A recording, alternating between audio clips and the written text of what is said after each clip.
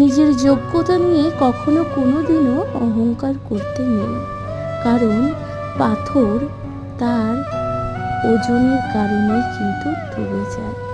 প্রিয় শ্রোতা বন্ধুরা, ভগবান শ্রীকৃষ্ণ আমাদের অহংকার যা পতনের মূল কারণ তার ব্যাখ্যায় কিন্তু দিয়েছে। কেমন লাগছে আপনাদের গুরুত্বপূর্ণ মতামত জানাতে কিন্তু একদম ভুল করবেন না। কমেন্টে দয়া করে লিখবেন জয় শ্রী রাধা কৃষ্ণা।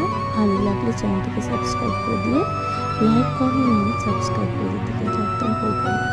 তাহলে ভালোবেসে বলুন জয় শ্রী রাধা কৃষ্ণা।